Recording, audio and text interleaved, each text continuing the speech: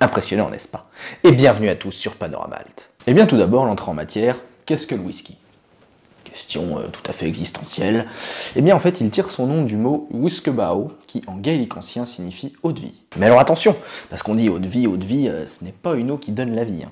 N'essayez pas de vous tirer une balle dans la tête ou de sauter du 15e étage et de boire du whisky après. Petit spoil, vous ne ressusciterez pas. Il y en a qui ont essayé, ils ont été assez déçus, hein, notamment sur la deuxième partie de l'expérience. Alors l'idée de cette vidéo sera pas de vous expliquer comment un breuvage obtient telle ou telle appellation. Par exemple pour un scotch, faut que le truc il soit distillé en Écosse et qu'il soit au minimum 3 ans en fût. Mais bon, ça j'imagine que vous en foutez, vous avez raison, moi aussi, c'est chiant, on va pas se le cacher. Hein. Je suis pas là pour vous faire un cours, hein, mais juste pour vous énumérer un petit peu quels sont les plus grands types de whisky que vous pourrez croiser. Hein. Comme ça, certains termes de mes futures vidéos pourront vous paraître un petit peu plus clairs. Néanmoins, avant de se lancer au cœur de la vidéo, il va quand même falloir que je passe par une petite étape, le whisky, comment ça se fabrique. Comment est-ce qu'on passe de ça à ça? Bah oui, parce qu'on picole, mais au final, peu de gens savent comment ce breuvage est produit. Hein. Donc je vais vous expliquer rapidement comment ça se passe, comme ça vous pourrez vous coucher moins bête, un petit peu plus sous, et vous pourrez vous la péter lors des chouilles. Première étape, la préparation du grain. Les différentes céréales vont tout d'abord être récoltées, et au lieu d'en faire des chocs à pic, elles vont être mises à germer quelques jours. Les enzymes et amidons contenus à l'intérieur vont alors être grosso modo transformés en sucre. Si les céréales doivent être maltées, ce qui généralement est le cas, elles doivent être mises à tremper plusieurs jours afin de libérer encore plus d'amidon. Deuxième étape, le broyage. La germination des céréales est alors stoppée, soit par séchage à chaud, soit directement au four. Ensuite... Alors là, c'est la boucherie, quoi. Tous les petits grains de céréales là vont être envoyés au broyage, ils vont être écartelés, démembrés, concassés, bref, c'est super gore. Va alors en résulter un genre de farine que l'on va appeler le grist. Troisième étape, le brassage. Ce grist va passer dans de l'eau de plus en plus chaude afin d'en extraire le sucre. Une fois le brassage terminé, on obtient un liquide chaud et sucré appelé le wort. Quatrième étape, la fermentation. Dans ce wort, on va ajouter de la levure, ce qui va donner lieu à la fermentation. Chimiquement, en fait, la levure va transformer les sucres en CO2 et en alcool. Ah bah un petit peu de chimie les gars quand même. Alors ce procédé prend entre 2 et 5 jours grosso modo. Le résultat est un mélange d'eau et d'alcool qui va se nommer le wash. Passons à l'étape numéro 5, la distillation. Alors là, ça va être l'art de séparer l'eau de l'alcool. Eh bien, la température de l'ébullition de l'alcool étant un tout petit peu supérieure à 80 degrés, il va falloir chauffer le wash entre 80 et 100 degrés, de façon à ce que l'alcool s'évapore et que l'eau reste au fond comme une conne. Donc tout l'alcool contenu dans le wash va alors s'évaporer et va être condensé dans les tuyaux de l'alambic. Ce processus va être répété plusieurs fois et le distillat obtenu sera l'alcool final. Sixième et dernière étape, la maturation. Sorti directement de l'alambic, le breuvage aura beaucoup de saveurs agressives liées à l'alcool et une faible palette gustative. Il sera consommable, mais pas forcément super bon. Il y a certains spiritueux qu'on peut trouver dans le commerce qui sont exactement tirés du distillat sans aucune maturation, ça existe. Mais ça ne s'appelle pas whisky parce que voilà, il y a encore un truc, toute une étape de maturation. En gros, c'est du whisky pur, brut, sans maturation.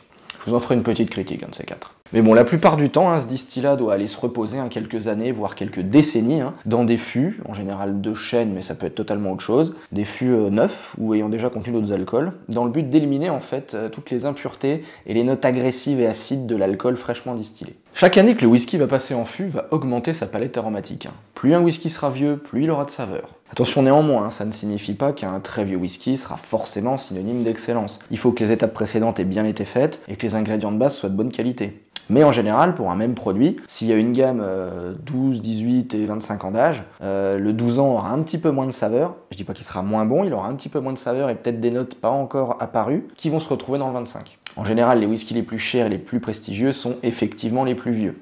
Mais faut pas faire l'amalgame. Tout ça pour vous dire qu'il y a des whiskies qui peuvent être assez jeunes et délicieux quand même. Vous allez me faire une sorte de petit bilan? Excellente idée, ça, faisons une petite synthèse. Alors, s'il faut retenir de tout ce que j'ai dit, le whisky, c'est délicieux. Le reste, on s'en tape. On en arrive maintenant au cœur de la vidéo, les différents types de whisky. Alors savoir comment le whisky est fabriqué, c'est bien beau, mais ça va pas servir à grand chose au final pour la suite de la vidéo, car là où tout va se jouer, c'est au niveau de la première étape, quelles céréales vont être utilisées pour élaborer le grist. Attention, je précise encore, c'est bien pour ma vidéo, pour vous faire un petit résumé, parce que sinon il y a certains types de whisky que je vais énumérer un petit peu plus loin, où il faudra que la distillation soit faite de telle ou telle manière, mais bon, je vais pas vous embêter avec ça, comme je vous l'ai déjà dit, je vais me concentrer vraiment sur les ingrédients de base. Alors le whisky, qui, je te le rappelle, ne prend pas de E. Tiens, c'est vrai ça, on voit parfois, et parfois, quelle est donc la différence? Eh bien tout simplement ça va être la provenance du whisky. Aux États-Unis et en Irlande on va parler de whisky et à peu près partout ailleurs dans le monde ce sera du whisky. On verra pourquoi. Eh bien il y a un petit peu d'histoire là-dessous, figurez-vous. Fin du 19e siècle, les Irlandais voulurent se démarquer des Écossais, car ces derniers n'avaient pas beaucoup de stabilité dans leur production de whisky en fait. Ils sortaient un carton avec les bouteilles d'une même gamme, et dans le même carton, d'une bouteille à l'autre, on pouvait avoir une super bonne bouteille, un produit vachement bon, et l'autre bouteille, un truc immonde dégueulasse. Les Irlandais, eux, à cette époque, ils avaient beaucoup plus de stabilité et ils sortaient tout le temps un breuvage vraiment de qualité. Et du coup, pour se différencier au niveau exportation mondiale, eh ben, pour dire oui, nous on est un peu la gamme au-dessus, ils ont foutu alors un E. Alors, la légende voudrait que le E veuille dire excellence, mais bon, pourquoi ils l'ont foutu là, pourquoi pas avant, le E whisky, enfin bref, ça, pardon, j'extrapole. Mais donc voilà, ils ont rajouté un E dans le whisky, donc whisky, pour dire voilà, ça vient d'Irlande, et le reste, voilà, c'est de la merde, donc ne l'achetez pas. En gros, je pense que ça voulait dire ça. Et depuis, ce E est resté. En Irlande et aux États-Unis, c'est du whisky. Alors en Irlande, d'accord, pourquoi les États-Unis ont gardé le E aussi? À la base, ils n'en avaient pas. Ils l'ont peut-être piqué tout simplement comme des gros copieurs. Ou alors ils ont sorti l'armée, la bombe atomique, ils ont dit « Eh mec, ce E, il est à moi aussi ». Enfin bon, voilà. En gros, États-Unis, Irlande, whisky, le reste, whisky. Allez, il est temps de nous lancer dans les différents types de whisky, et commençons par l'un des plus connus. Souvent considérés comme le must en termes de qualité, les single malt tiennent leur particularité du fait qu'ils sont composés à 100% d'orge maltée.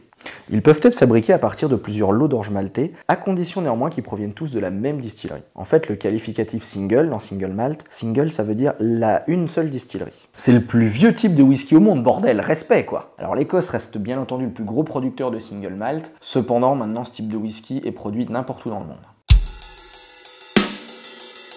Contrairement à ce que son nom pourrait laisser penser, le single grain est fabriqué à partir d'orge maltée et d'autres céréales. Du blé, du seigle, du maïs, bref. Tout comme dans les single malt, toutes ces céréales doivent provenir d'une seule et même distillerie, d'où le terme single. Donc single grain, orge, plus autres céréales. Bon bah Scotch signifie évidemment que c'est un écossais, législation oblige. Mis à part ça, en fait, c'est tout simplement l'association d'un single malt et d'un single grain. C'est un petit peu une sorte de fusion.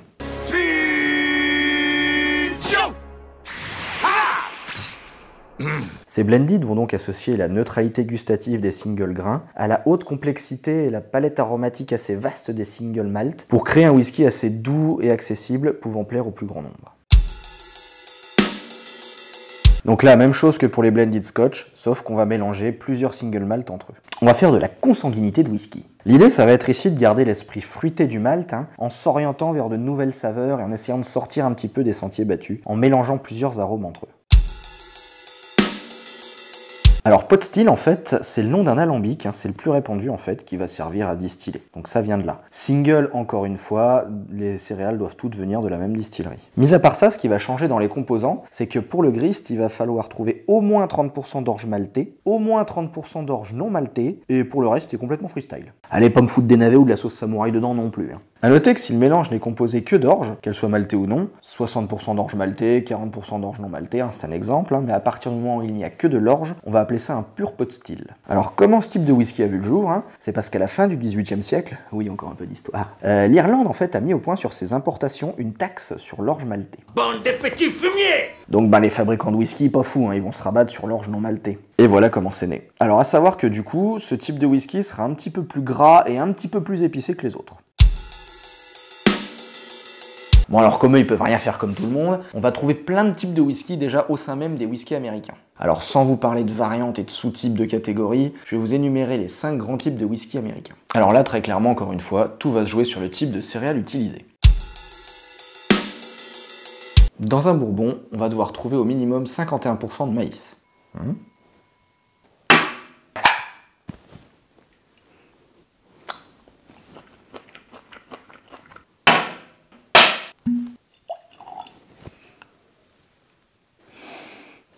Je vois pas le rapport. Il dit qu'il voit pas le rapport. Pardon, reprenons un ton un petit peu plus sérieux. Alors ici, on va augmenter le pourcentage de maïs pour passer à au moins 80% de maïs. Encore plus de maïs que dans le bourbon. Donc ici, on va changer de céréales pour passer sur au moins 51% de seigle. Désolé, j'ai pas de boîte de conserve de seigle. Sans surprise, cette fois-ci, ça va être 51% au moins de seigle maltais. pour finir sur celui-ci qui doit contenir au moins 51% de blé. Il faut savoir que le climat plus chaud et sec des États-Unis va accélérer la maturation de l'alcool en fût. C'est pour ça qu'un bourbon 12 ans d'âge aura une palette gustative beaucoup plus développée qu'un single malt du même âge. Ils sont forts ces ricains. Ils sont vraiment forts ces fumiers. Et ben on est tombé sur des sacrés pros. Petit mot pour la fin, vous aurez remarqué que je n'ai plus mon fond traditionnel de mur de briques, alors que pourtant je suis dans la même pièce. Mais quelle est cette fourberie? Comment tout ceci est possible? Eh bien regardez. Hop là, je m'improvise trépied mobile. Ça s'appelle un caméraman. Et si je zoome un peu, qu'est-ce que ça donne? Qu'est-ce que vous voyez là? Les briques! C'est les briques rouges! Exactement! J'ai profité de mes vacances estivales pour refaire mon salon avec l'aide de ma chère et tendre, et du coup, adieu l'ancien mur panoramaltesque. Et comme la disposition des meubles a changé, il va falloir vous habituer à ce petit mur derrière. Certes un petit peu moins original, mais ça va faire le taf.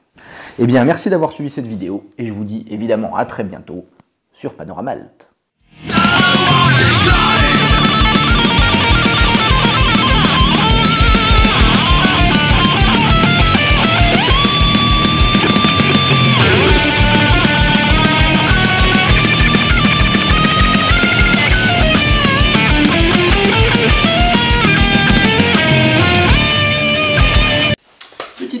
Pour ceux qui ont l'oreille un petit peu attentive, la partie de guitare sur le générique est accordée en Ré, alors que le piano est accordé en Mi. Au bout d'un moment, on fait pas de miracle non plus. Il faut que le breuvage soit élevé en fût. Élevé, on dit élevé? C'est pas un canasson.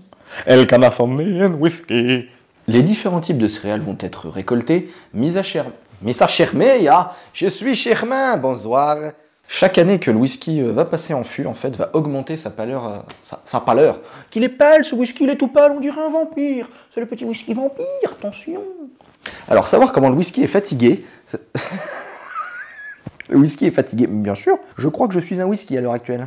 Ils ont peut-être voulu copier, ou je sais pas, ça se trouve, ils ont sorti l'armée, ils ont dit « Hey, ce E nous appartient ». C'est pas du tout un accent américain, ça. Alors, l'Écosse reste le plus gros importateur et surtout exportateur, je crois. On va vérifier ça, mais je vois pas pourquoi il importerait. Producteur, bien entendu, producteur. Moi, je suis un très mauvais producteur.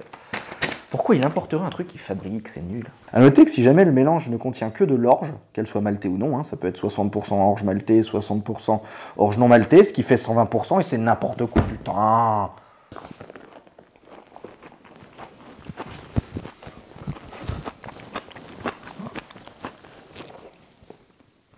Si je me fais gauler par ma femme, je suis mort. Je savais pas qu'il y avait du jus là-dedans.